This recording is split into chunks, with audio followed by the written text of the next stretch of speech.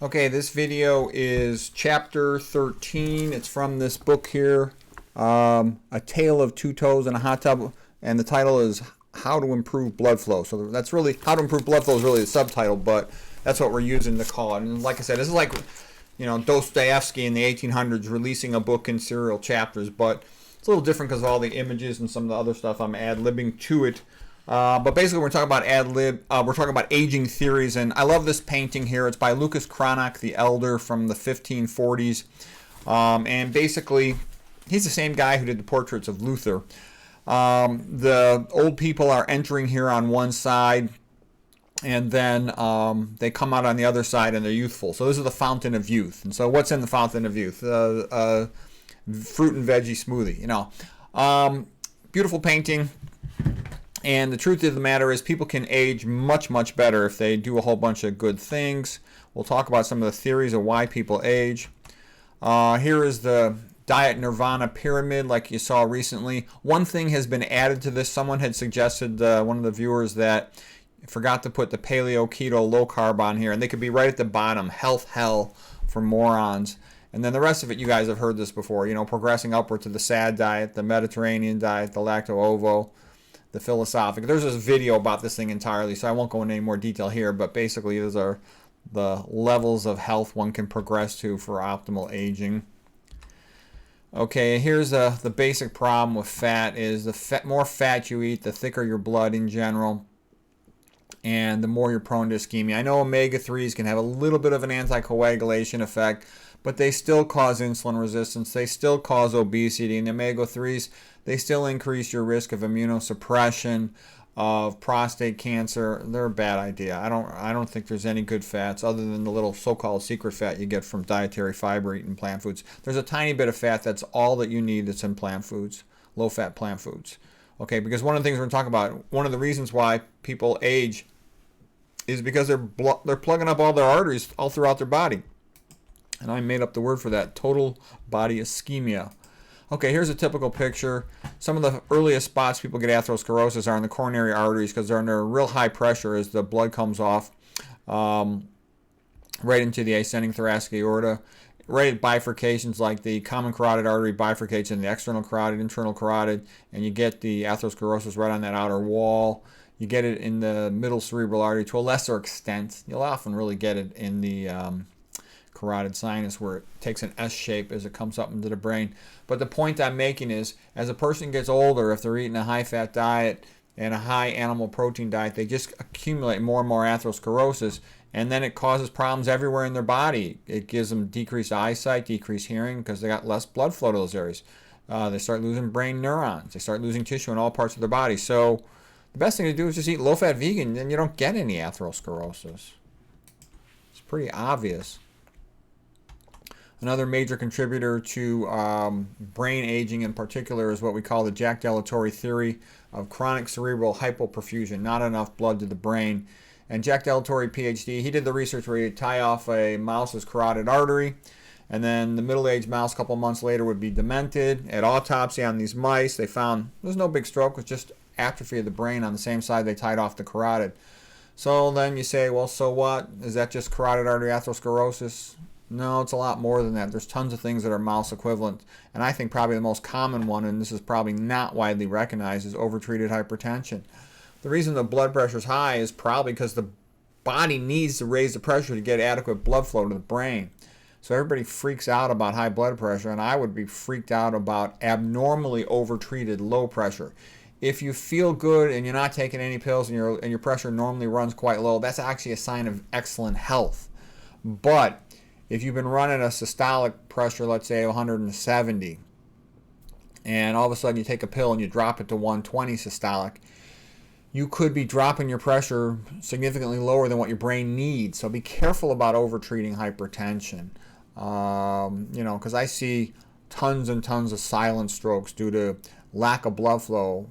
I'll see 1,000 of those for every, more than 1,000. I'll see 10,000 of those for every intracranial hemorrhage I see due to hypertension. Okay, I do see a lot of cerebral microbleeds, so I'd have to change that ratio. Maybe call it about 1,000 to 1. Okay, if I include cerebral microbleeds from hypertension rather than just large interparenchymal hemorrhages from hypertension in the brain.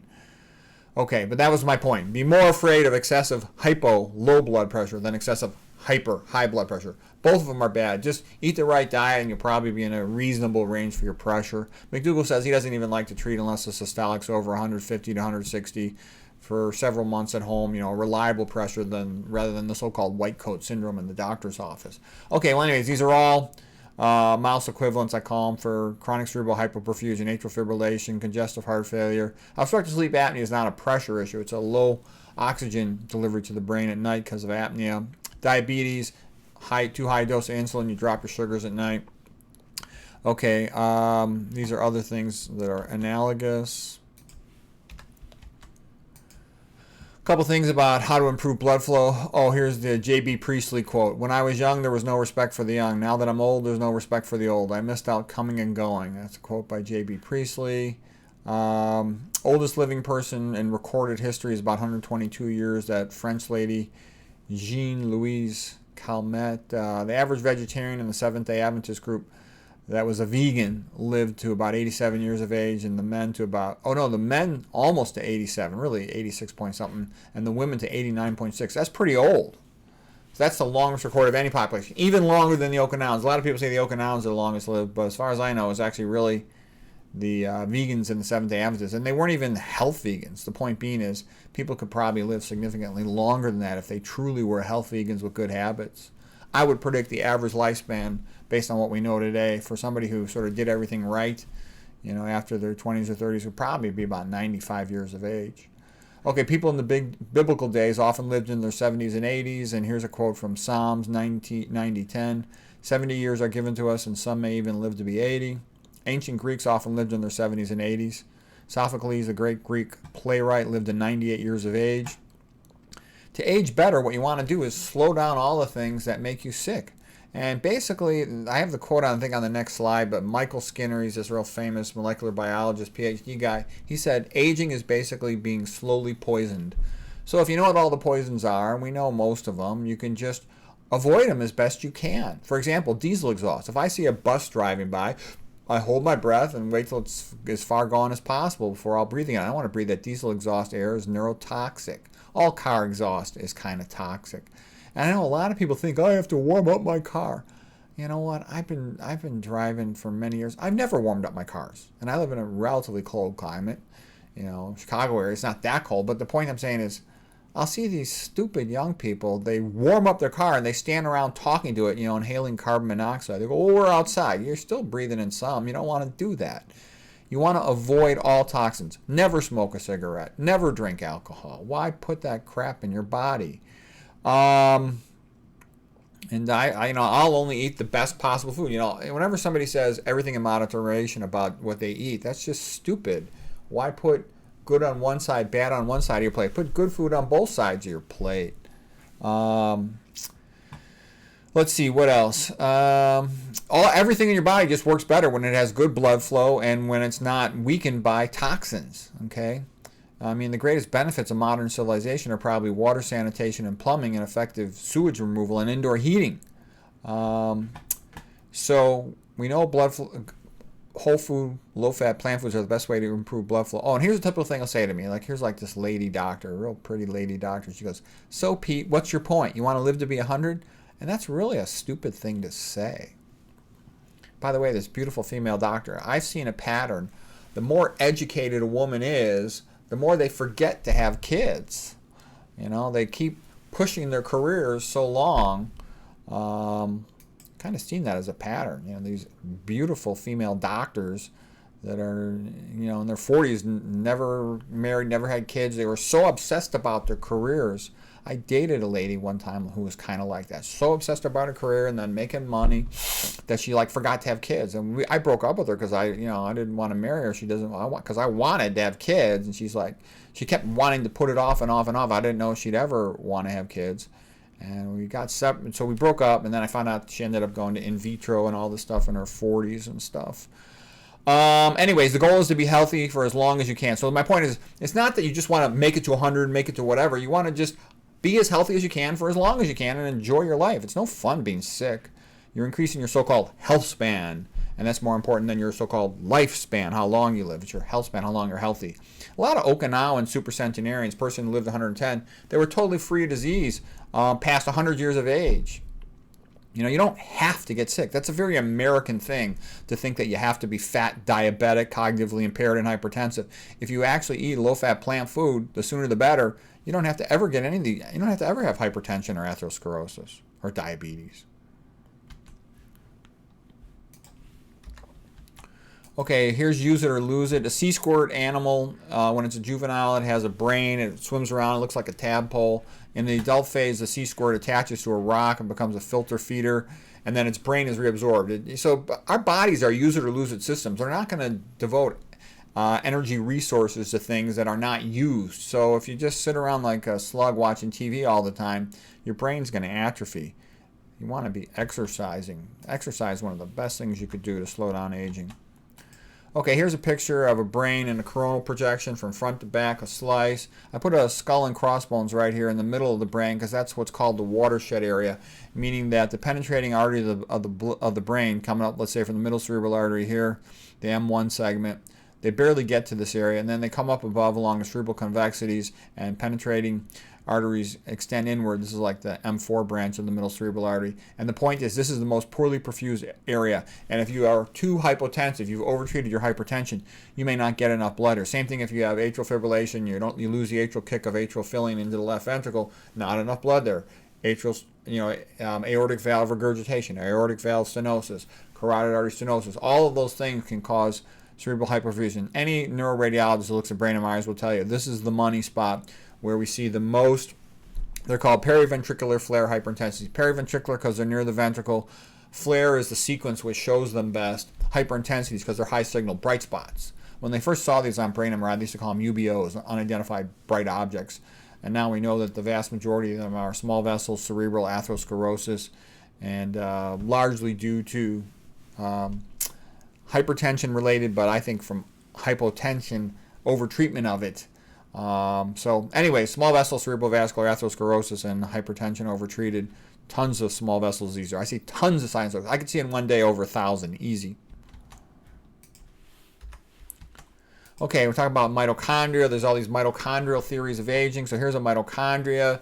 Mitochondria formed in human cells. What's thought to have happened is a type of bacteria in the anaerobic world before oxygen was widely available called archaea somehow got combined, ingested, if you will, what was a primitive bacteria that we now call mitochondria inside the cells. And the mitochondria was around from the beginning of oxygen availability on this planet. And they became symbiotic, helping each other. Okay, so anyways, it's got an outer membrane called the outer mitochondrial membrane, OMM. It's got an inner mitochondrial membrane right here, the green, and that's called IMM, inner mitochondrial membrane. The space here is IMS, intramembranous space. That's where the protons are pumped. And then here's the mitochondrial matrix.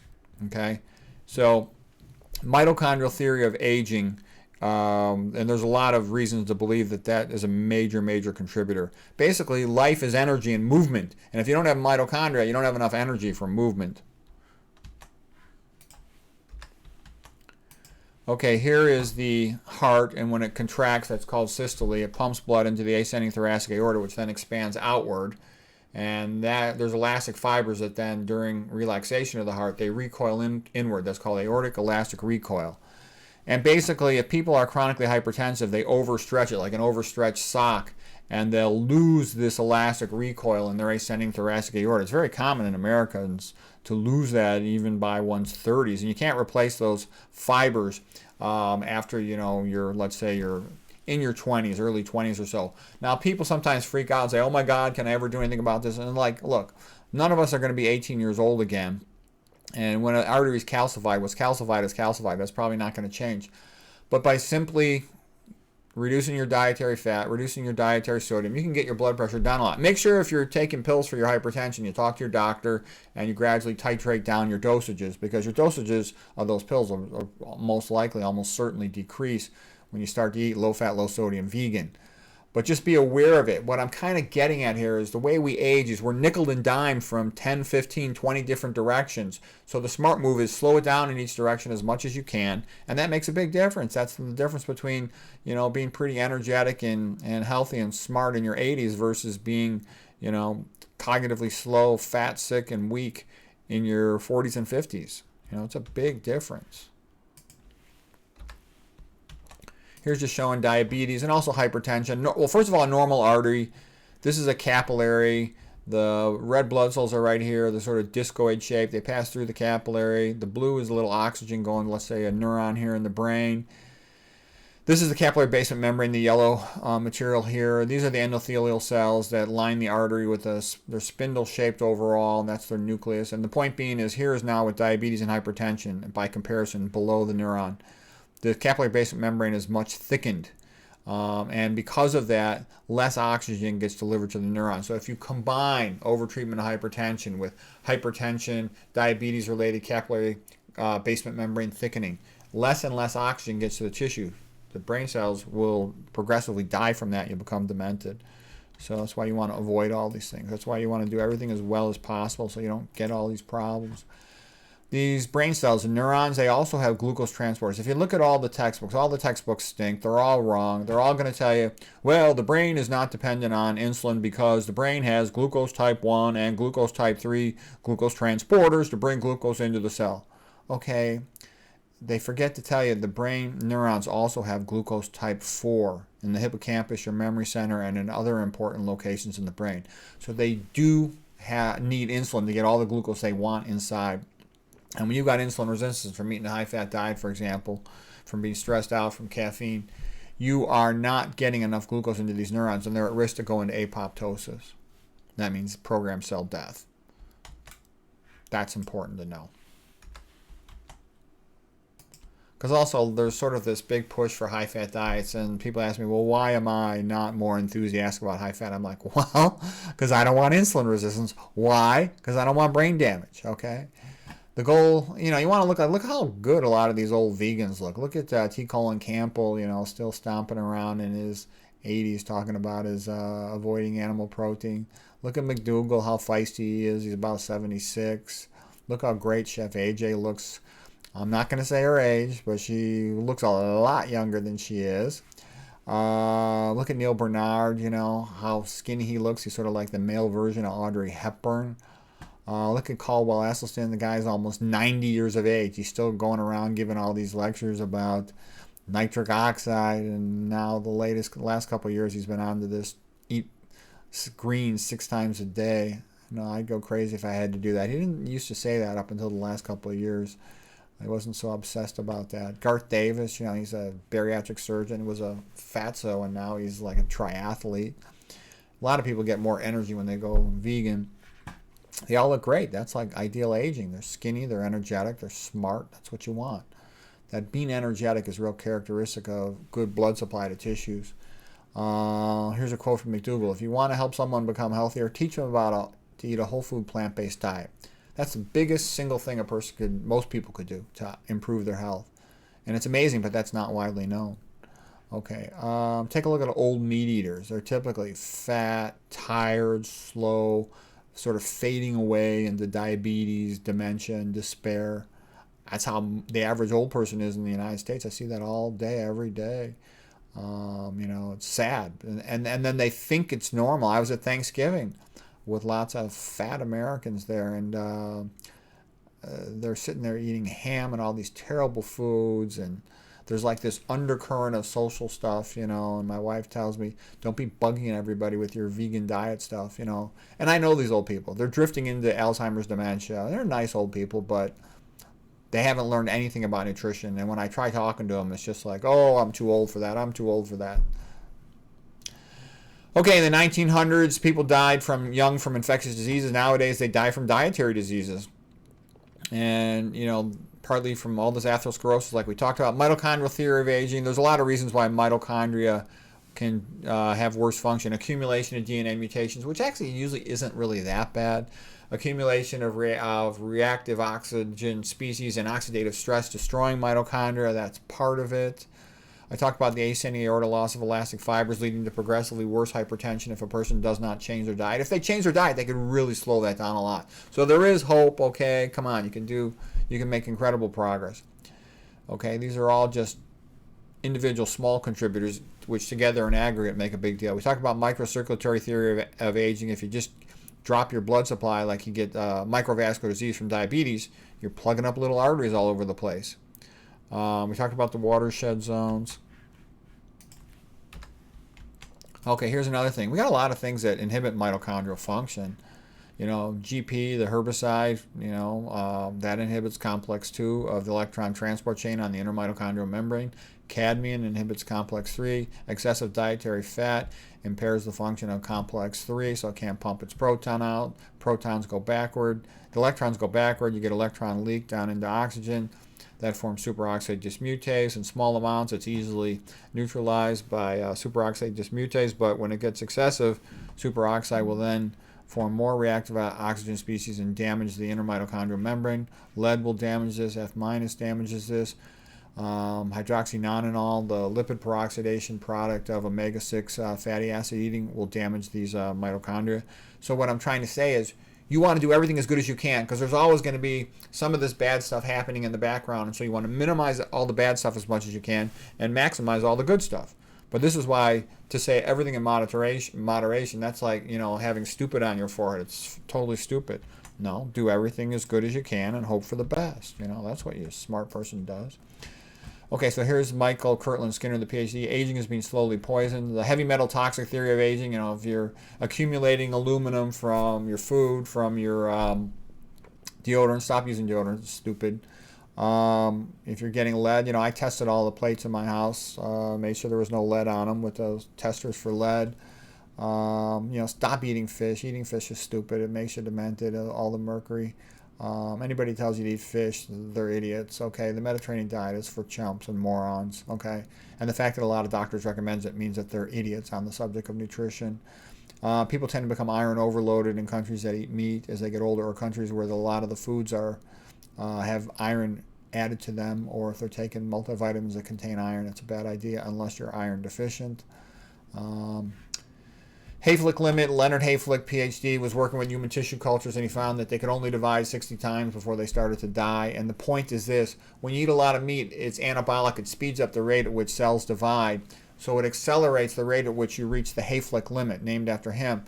And then your cells die, okay? So you're accelerating your aging. It's because all that animal protein's got a different amino acid composition with more leucine, lysine, methionine. This will increase mTOR activity. mTOR is a nutrient-sensing pathway, like a contractor getting ready to build a building, and it's waiting for the rate-limiting step, which is to acquire these amino acids, these essential amino acids from meat primarily. And so once they're present, it's like build, build, build. Well, you know what? That's cell divide, which can accelerate the growth of cancer, and it also accelerates your aging. So there's nothing good about it. Dr. Tetsumori Yamashima, he's a Japanese neuroscientist who figured out why the rate of dementia is increasing in Japan, because they're eating more of these omega-6 oils, and they've got a lot of lipid peroxidation products, plus they become lipid peroxidized in our body to a greater extent, and then those toxic metabolites like H&E, I just showed you one of them, hydroxynonenal, it'll go around destroying brain tissue and the pancreas beta cells, predisposing to diabetes. Watch out for head trauma. A lot of young guys think it's cool, to do all these fighting sports, but in my opinion, you don't want to do anything that gives you head trauma, because it makes you stupid. It accelerates the age at which your brain deteriorates, and you're more prone to getting dementia at a young age. Average pro football player dies at like 54 years of age. And remember, from Chicago, they had a great quarterback, Jim McMahon. He was brilliant, just awesome the way he could, navigate the field. But he was like cognitively impaired, significantly cognitively impaired in his late 40s. Jack Delatorre, he's the guy we talked about, the mouse equivalents and the chronic cerebral hypoperfusion. Oh, my theory, Pete Rogers, MD, theory of neurovascular coupling and excitotoxicity. Basically, you've got a brain metabolic rate and oxygen glucose delivery. If you drink caffeine, you raise your metabolic rate. If you're stressed out, you raise the metabolic rate in those neurons. If you have aspartame, it's thought you potentially increase that metabolic rate. MSG, it's thought you potentially increase that metabolic rate. And then let's say you have dietary sodium, you vasoconstrict, you decrease oxygen delivery to that tissue. Let's say you've also got a high-fat diet, you decrease oxygen delivery. Let's say you got chronic hypertension and diabetes, you get capillary basement membrane thickening, you further lower that oxygen glucose delivery because of the capillary basement membrane thickening, for example. So now, look at the screw job you have here. Metabolic rate can become way above oxygen glucose delivery. These neurons, they can't hack it. They're just, a lot of them are going to die. They're going to go into apoptosis, programmed cell death, due to inability to meet their metabolic demands. You don't want that. And I talked about total body ischemia, meaning that you've got atherosclerosis, sodium-related vasoconstriction, stress-related vasoconstriction, and all these things, and then you'll have other things happening too. You're just knocking off tissue all over your body. Well, stop doing that. And it's easy to stop doing it. Like, that's what all this whole YouTube channel is all about. Optimize your diet, optimize your exercise, optimize your sleep, avoid all these toxins, and you will age as well as possible. You'll be happier, you'll be more fit, you're more likely your Johnson work, you're more likely your eyes, your ears, everything works well the way you want. You'll be able to think smart. I got interested in this stuff a long time ago for a couple of reasons. One of the reasons was that I used to read lots of these different authors, and I would often see the author who was great in their 50s and early 60s would sort of progressively get worse. I'd read their books when they're in their late 60s and 70s, and they sort of like become eventually mediocre. And I'm like, what happened to this guy? Then I realized that I think it's probably because they're getting cognitively weaker as they get older because they got bad habits. I look at their pictures, you know, if they look fat and diabetic and sick, that was a good indicator. Anyway, so that made me more motivated to try to avoid these things. Okay, we talked about use it or lose it. You'll forget stuff. You know, there goes your high school Spanish memory. All right. This we talked about recently, the idea of in diabetes, they're very prone to losing their brain mitochondria because when a person goes from 0 to 60, they very quickly have to respond to something. You know, you're walking through the woods and you see a coyote coming at you, a tiger, whatever. You got to real quick climb the tree or do something. The point being that what happens is their endoplasmic reticulum is all over a cell. You think we see a picture of an endoplasmic reticulum, like let's say here's a nucleus, endoplasmic reticulum up tight to it, but in reality in a cell, it's like this network that's everywhere in a cell, and they got these contact points with the mitochondria. So I should have I had a better picture. Sorry, I screwed up not putting the better picture in here. But the endoplasmic reticulum will be uptight with a little part that's touching the mitochondria. And those are called the mitochondria-associated membranes. And at that spot, they'll release a little bit of calcium into the mitochondria, and it goes through this mitochondrial calcium uniporter, and that really quickly ramps up Krebs cycle, all the dehydrogenase enzymes, pyruvate dehydrogenase, isocitrate dehydrogenase, oxyketoglutarate, alpha-ketoglutarate dehydrogenase. And so the point of that is you can really quick get Krebs cycle running super fast, so the person gets all that energy as fast as they need it. And what's my point? If they've got insulin resistance, like I showed you that previous slide, where because of the glucose type 4 transporters and they eat a high-fat diet and they can't get enough glucose into the cell to provide the metabolites for Krebs cycle, the endoplasmic reticulum does not understand that. And it just keeps releasing calcium into the mitochondria. And the mitochondria then can become overwhelmed with calcium and just die, go into apoptosis. And it'll open up the permeability transition for disaster. Dead mitochondria, which means dead cell pretty soon if that happens in a large amount. And this is a mechanism by which diabetics become cognitively impaired. So it accelerates the loss of brain neurons. I thought that was quite interesting. I have a whole lecture on it if you actually care and want the details. Okay. All right, here's just showing that after age 20, men in America and westernized country, because they eat a lot of meat in general and iron-fortified foods, they rapidly become iron overloaded. Women, it starts happening to them, especially when they're postmenopausal and they stop menstruating. Increased iron on board means more oxidative stress, more tissue damage, more risk of brain loss of neurons due to oxidative stress. Here's lipid peroxidation with omega-6 PUFAs. So PUFA is a polyunsaturated fatty acid. Here's a double bond at the omega-6 position. Then there's usually going to be what's called a methylene bridge carbon that has only a loose hold on its hydrogen. There'll be a double bond at the next carbon. This hydrogen here, only loosely held, easily gets plucked off, and then it gets oxidized into a peroxide with two oxygens next to each other. There's an unpaired electron in the outer orbital, and this is what lipid peroxidation is all about. This is super highly reactive. It'll react and it'll damage adjacent membranes and other tissues. And the point is, omega-6 fatty acids, you never want to eat those omega-6 oils. They predispose you to all these problems, and I don't know how extensive it is with omega-3s. I would predict that it's a major problem with omega-3s as well, but I don't know that for sure. I'd have to look at the papers on that. Oh, and this is just showing excitotoxicity. So here's a typical neuron in your brain, your hippocampus. Glutamate here in the neurotransmitter vesicles. Then they come up to the the plasma membrane of the synaptic terminal, and they merge with it and they release their glutamate into the synaptic cleft. Here's a presynaptic neuron, postsynaptic neuron. The glutamate diffuses across, binds a receptor, for example, the AMPA receptor. That lets sodium into the postsynaptic neuron. It depolarizes, meaning its membrane voltage increases, becomes more positive. And then this channel opens up, the NMDA receptor, which then allows calcium into the cell. And the whole point of this is, if you've got too much glutamate, you overstimulate the postsynaptic neuron. And when you overstimulate the postsynaptic neuron, because psychological stress will increase glutamate, MSG has that similar effect potentially, it is thought. Aspartame, it is thought, has the same effect. You do all these things, you just keep ramping up your glutamate, you ramp up your cytoplasmic calcium, and you damage that postsynaptic neuron. When that dies, you'll often get backward degeneration of the neurons that feed it, outward degeneration of the neurons that it used to feed through what's called Wallerian degeneration. You're just losing brain cells all over the place. You don't want that. Okay, so anyways, the whole point of this talk was we age for multiple reasons. Most of these things are largely preventable, so prevent them as best you can, and you can really make a dramatic difference. And what I'm trying to say is this isn't some magic genetic thing that you can't control at all. These are all controllable risk factors, almost every single one of them. So if you control them, you'll age a lot better. So I hope that helps.